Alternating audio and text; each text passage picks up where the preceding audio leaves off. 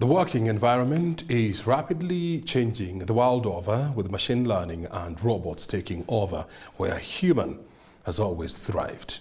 And the question that is now being fronted is, what is the future of work? This week on Inside Government, we are talking to the CEO of Kenya Innovation Agency, Dr. Tony Omwanse, on the future of work and the evolving landscape in the working environment.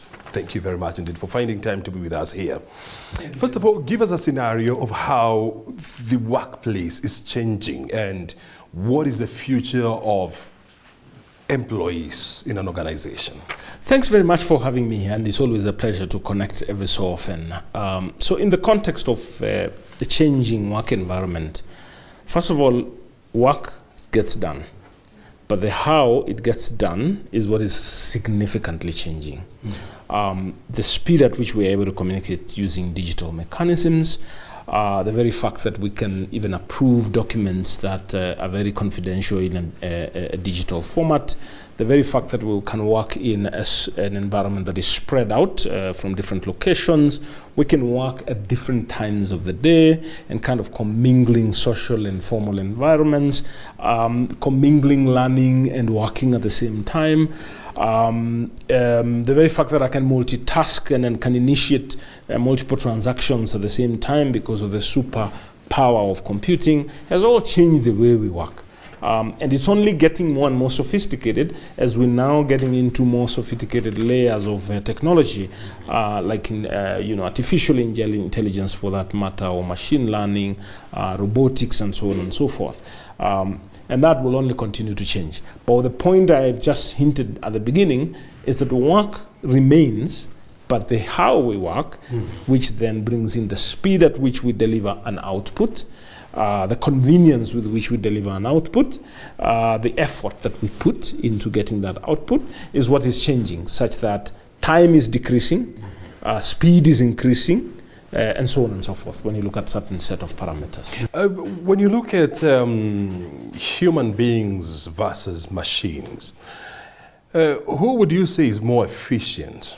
It actually depends on the school of thought. There are people who kind of say, you will never remove emotions out of a person, and you can't put them in a machine, or perspectives, or emotional intelligence for that matter, intellectual, IQ and stuff like that. Well, but now it's happening. I mean, I saw in South Korea, they have created a robot that would cry if you cry, and would tell when you're laughing, and it would laugh with you.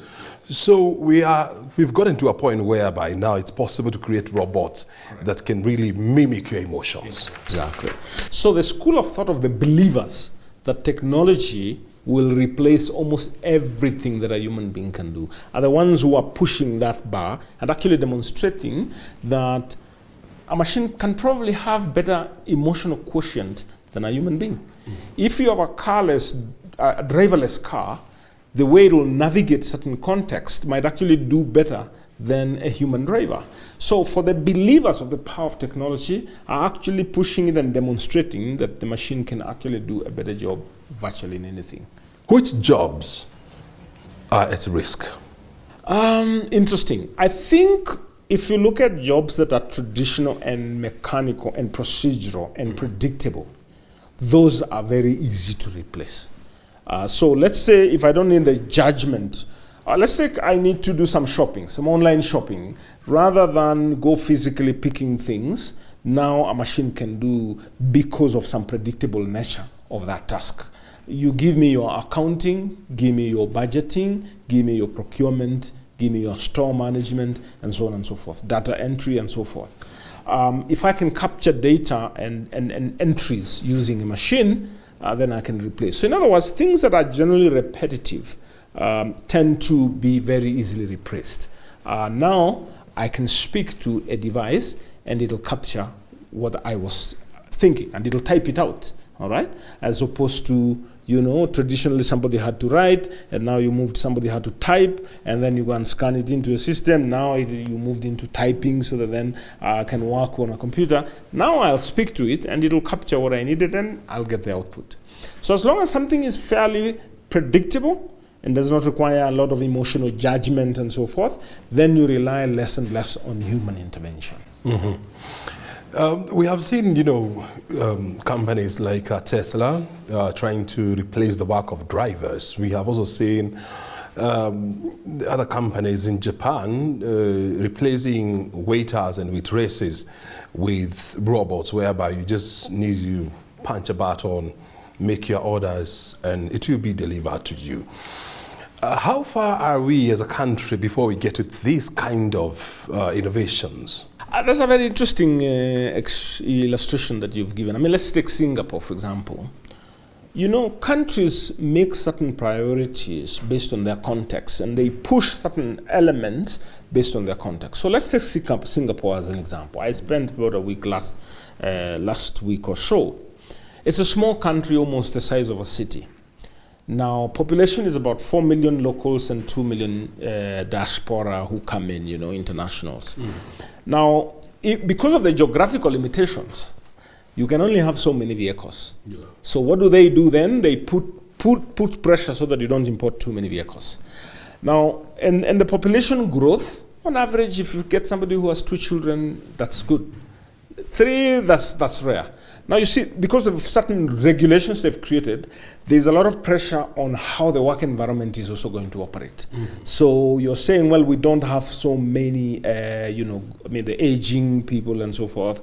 Based on that, they trigger certain efforts. So there's a lot of investment on R&D and then innovation and enterprise. So a lot of R&D to try and figure out how can we possibly do things better.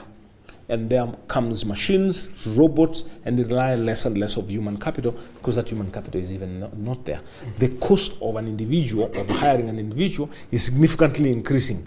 So if I got a robot that can potentially do this and I don't have to pay wage bill and annual increments and leave days and so on and so forth, then I'd rather go. So a lot of R&D goes in that direction and then try to create innovations and solutions that then address some of those things based on the intellectual property that has been established.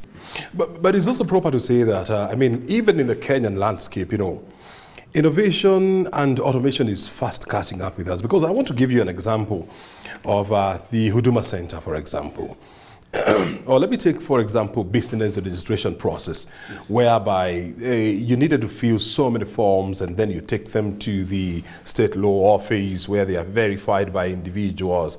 You're given another day to come, you meet individuals, you are certified and all that. The process has now been digitized. You just need to log in, enter your details, pay the amount that is needed, and then you'll be given a date by the computer when to check, and voila, you get your business registration certificate if you qualify. Now, can you try to imagine how many people have been phased out by that process? Yeah. And yet we are talking about creating jobs in this country. Yes. Are we reading from different scripts? Yeah, and again, this is where different people, interpret differently. But if you look at it at macro level, there's a lot of value in automating. I just went to do birth registration. I went online, I provided the birth certificate, birth notification, and in 2, 3, 4 clicks, boom, I was like, you will receive your birth certificate on this date, or the KRA PIN, for example. It used to be a very painful. I never used to look forward to it. But now it's something you just log in a few minutes, you have the PIN. After all, it's just a number. And then everything else is a printout or organization on the writing. Yes, you will replace certain people. But what you basically are doing from a macro perspective is that you are pushing people to do things that are more valuable. All right? So in other words, the way I use a human being and your brain, and that's why we talk about the knowledge economy and so on and so forth, is that I'm pushing you to do less and less of a manual and predictable task and do more of a knowledge, brain power kind of work. So, and then the second bit in terms of the value is that, you're creating efficiency. You're creating effectiveness. Look at how much I'm saving time, isn't it? I'm saving, you talk about business process engineering, for example. I'm saving time in this, how long am I going to take to get this document? Yes, I've replaced someone, but that person, in terms of what they were doing, they could be used, you can capacity build them to do something else that is more valuable and generate more value to society. So if you look at the flip side also, if you're putting a lot of manual people to do, I've got to go and queue somewhere, and then I queue and so forth, look at the amount of time I lose. Look at the amount of the cost I'm paying. What's the opportunity cost? So if you look at a macro level, there's a net effect. Yes, these guys may be having a job, but I'm also losing because I would have been somewhere adding a lot of value to society. Mm-hmm. So the net effect is that you better automate this, push these people into a new layer of value of what they can do, and I also have more time to do more valuable things. Look, I want to take you back to the early years of this century, and I'm talking about the year 2000. When mails or emails, became commonplace. We had companies like AOL. We had companies like Hotmail. And there were a lot of fears that finally the postman is on his way out. But somehow over the years, we still have the postman delivering letters, posting letters and so much, but albeit, on a lower scale. Is it possible for us to adopt technology, slowly and gradually without being disruptive? Yeah, that's a good one. When people say business process reengineering, they talk about disruptive transformation, all right? It's like you really want to improve the efficiencies and effectiveness. Yes, it's a choice. There are counties, for example, if you bring this narrative home, if there are counties, when the new governors got into office, they said, from now on, no cash. Now, immediately within 2 days, you just have to figure out. And somehow mobile payments work, and you actually don't see cash happening. And what does it translate? Revenue collection goes up significantly. So yes, we can. I mean, there are counties that have made a choice that, we're going to go gradual. We don't want to disrupt a lot of people, because there's a negative effect of disruption, because you have to assess the situation. So yes, but remember, in many times this is private sector driven. And private sector is about business, it's about returns. So if I have an opportunity to introduce technology that will create a lot of opportunities for me, I don't think I care much about this gradual transition business you're telling me. If I can make as much money as I can now and create as much transformation as I can now, and that becomes my legacy, you won't stop me. So the technology as it evolves it just happens. I mean, people are pursuing opportunities every so often. So there is the pressure of the market forces versus the realities of contextualizing. Take an example. COVID comes in town. Yeah. It didn't give you a warning, right? Now you're a university who has to have Senate meetings, you have to have your university management meetings, your college meetings, and then you have your classes.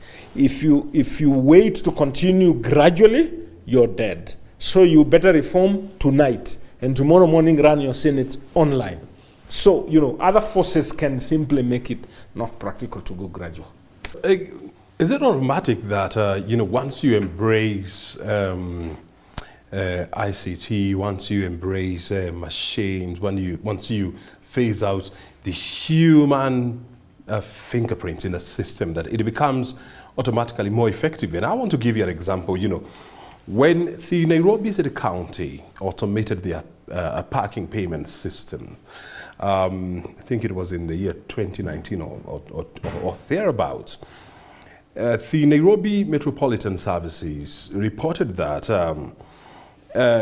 something very strange happened. Instead of their revenue numbers going up, they reduced. And so they had to reconfigure the whole system again. Are you guaranteed that you're going to get good results through automation, through deployment of machine learnings and so forth and so much? Not absolute guarantee. Many things can go wrong in that process.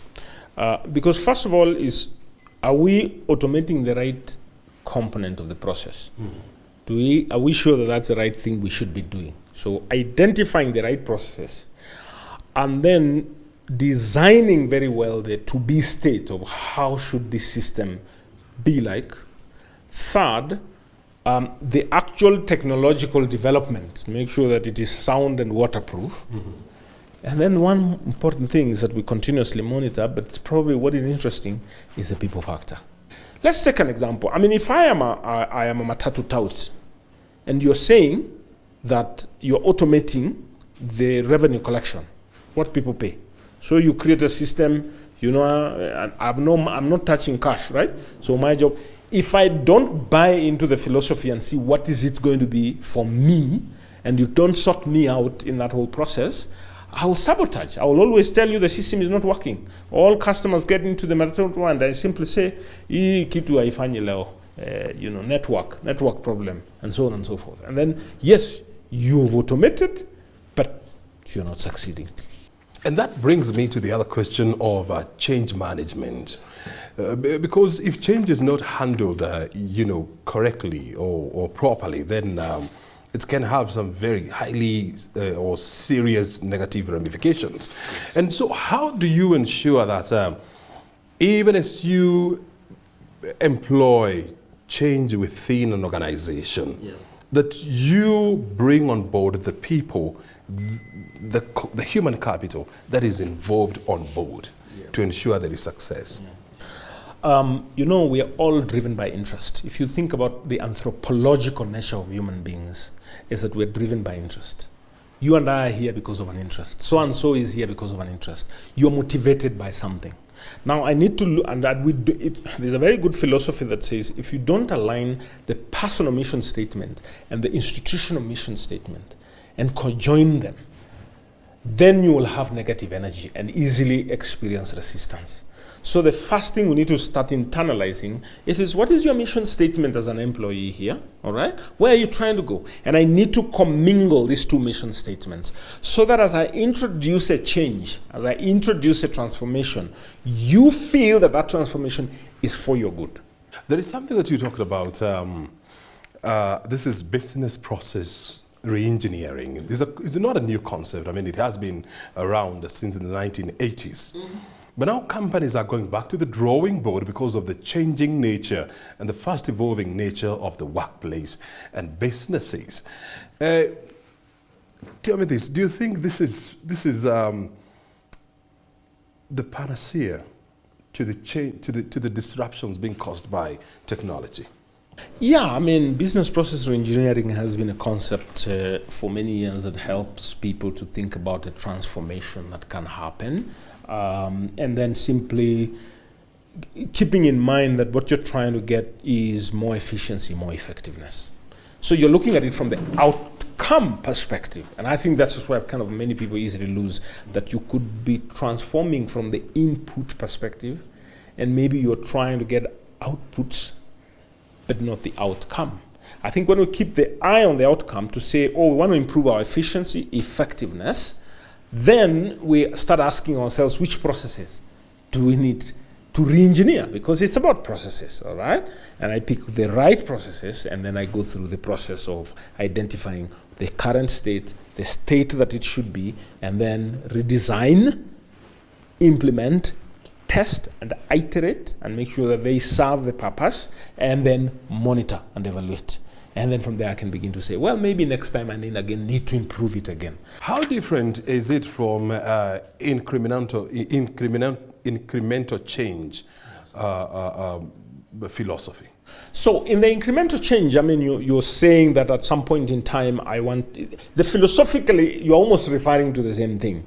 But here, business process engineering, you're looking at the various steps that you need to go through. So it's kind of cyclic, but then over time, depending on what elements you are measuring, you're going up the value chain, okay? You're getting better as you go. Now, that narrative of improving is your incremental. So you might say, I'm going to re-engineer this process from beginning to end and complete, and on this variable, I'll have moved up in terms of the amount of time that people spend. It's 13 minutes.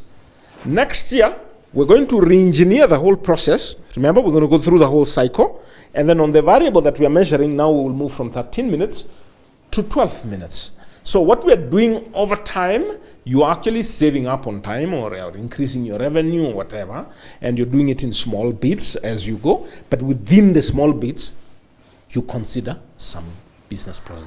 Is there any evidence that Kenya as a country we have embraced business process reengineering or incremental change. As a country, as a people, one of the things I have observed is that we are receptive to change, but also we have our own resistance. All right. So let's take an example. What is the last time you carried physical cash? All right. It's been a while. For me, cash is really troublesome. In fact, every time I have cash, I keep wondering, how do I get it out of my hands? All right. Because I'm so comfortable with electronic payments. It's neat, it's clean, it's safe. I mean, I don't have to worry about losing because I can track things as they happen and so on and so forth. And we've embraced. But when we were starting, even with the issues of ATMs, there was a lot of resistance. And, people have to be innovative in terms of how they market, private sector banks have to be innovative. But gradually people pick it up. Now, what I found interesting is that how quickly did people pick up to set up, mobile money agents? Very rapidly. If you see how many they were actually scaling very, very rapidly, I kept track on that. But then I do know, again, from a generational perspective, the younger people were a lot more comfortable signing up for mobile payments. But the older generation will be like, man, even the mobile phone, by the way. I have older friends and family members who resisted the element of a phone. They're like, this thing is probably going to spoil my ear, or it might just cause me cancer. All these perceptions, yeah? But then the younger generation, because they feel nothing, no effect. They're not adaptive to change. Yeah, and they're not more sensitive so much about health implication. They don't overanalyze and so on and so forth. Companies are driven, or institutions are driven by two motivations when they are embarking on BPR. And one of them is to improve and increase efficiency, because as we know, human beings are not as efficient as machines. And number two is to improve on their bottom line. So then, how then do you achieve those two? By adopting BPR, robotics and AI, and at the same time retaining the workforce that, number one, made your work to be more inefficient and more costly. There you go. So I think the question would be, how do you look at things? You look at them short-term, medium-term, long-term. And that's the essence of a strategy. If I have a strategy where I say, well, I've got 5 employees now, and my roadmap was going to have 10 in 2 years, or 50, whatever, 15 years, and I'm going to introduce some transformation in the way the systems operate, all right? Then I say, well, look, in the short term, for me to bring these new technologies and transformation, then there is going to be this disruption in the way people work. Then I say, well, look, for this kind of task, if we bring technology, we will get results faster. So you're going to sort out your efficiency, effectiveness, bottom line. All right. But then if I can take these people and say, hey, because of who you are, that's why we got here. And then because of who you are, we are going to get there. This part may be taken over by technology, but this other part, which is our growth, which is an area that we have not been exploring, I'd like you, for example, you're an accountant. And I say, well, look, what I'm going to do is that I'd like you to start looking into blockchain. Go and research this new area, and we want to introduce a new product or a service. All right? So I give you an opportunity to learn something new and create a new possibility for yourself. So I think you can achieve both, and that's where the strategy, an effective, comprehensive strategy of BPR is crucial.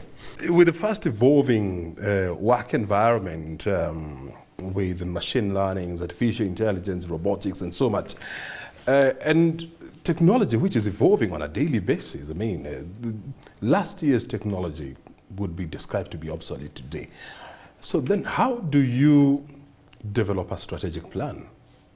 How do you then come up with a 10-year plan? I mean, how do you plan for 10 You've just years? hit that question, because I've just come from a meeting where we are setting up our roadmap for developing a 10-year innovation master plan for the country.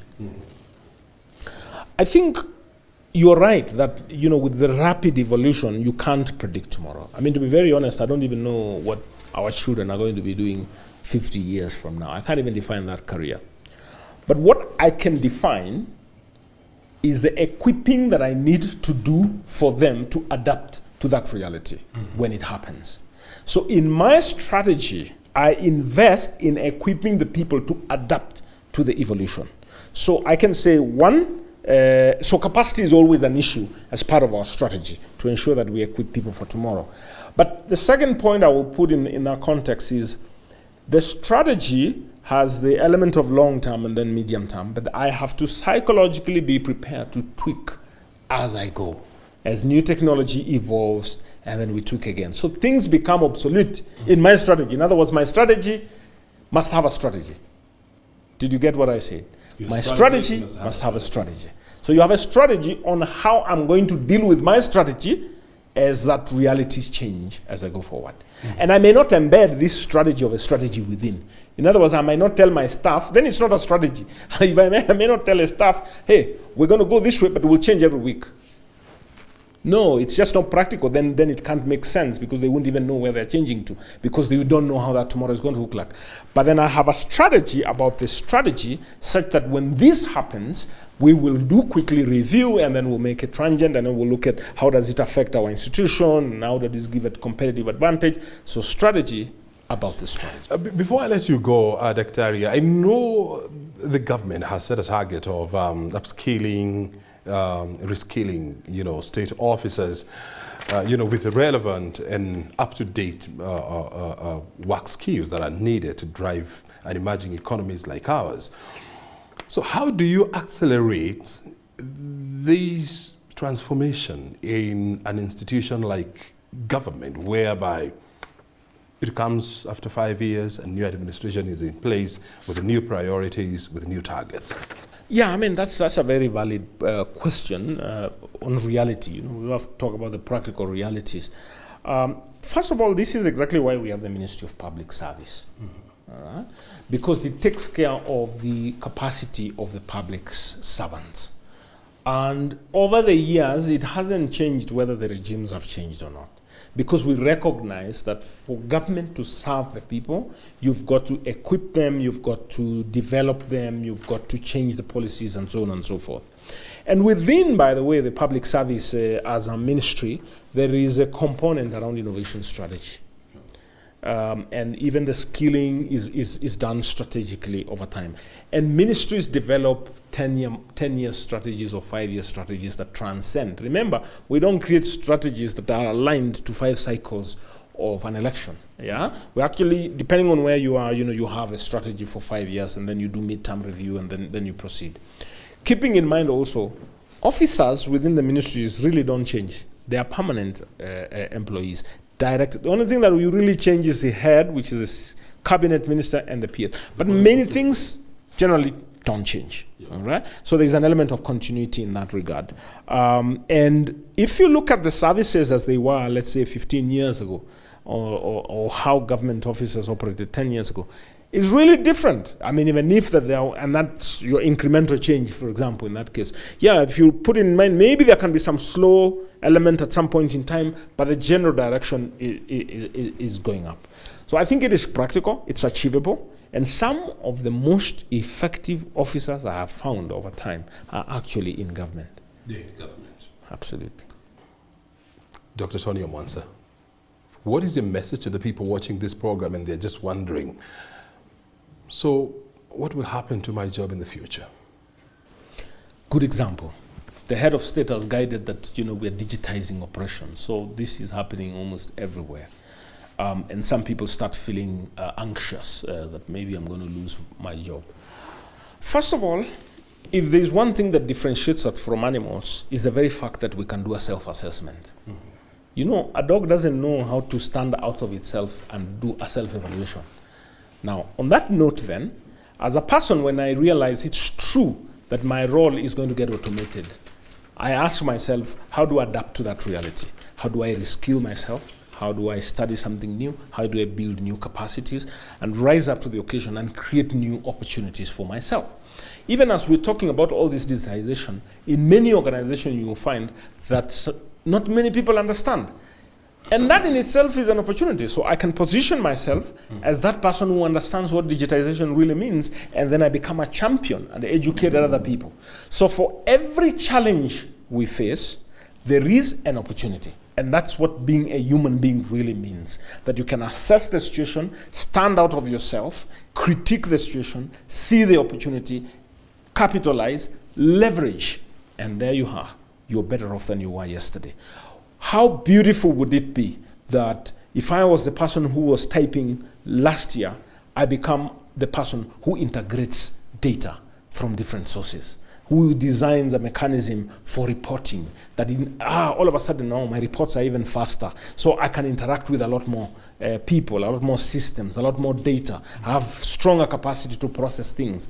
There is an opportunity to move up the value chain on the level of sophistication that we can handle because of the automation. So rise up, there is an opportunity. Asante sana. Well, Dr. Tony Omonse is the CEO of Kenya Innovation Authority, joining us on Inside Government to help us understand what is the future of work, how the workplace is evolving, and the changes that are needed to help accelerate this much needed change. Well, my name is O'Brien Kimani. Thank you very much indeed for joining us. Enjoy the rest of the afternoon.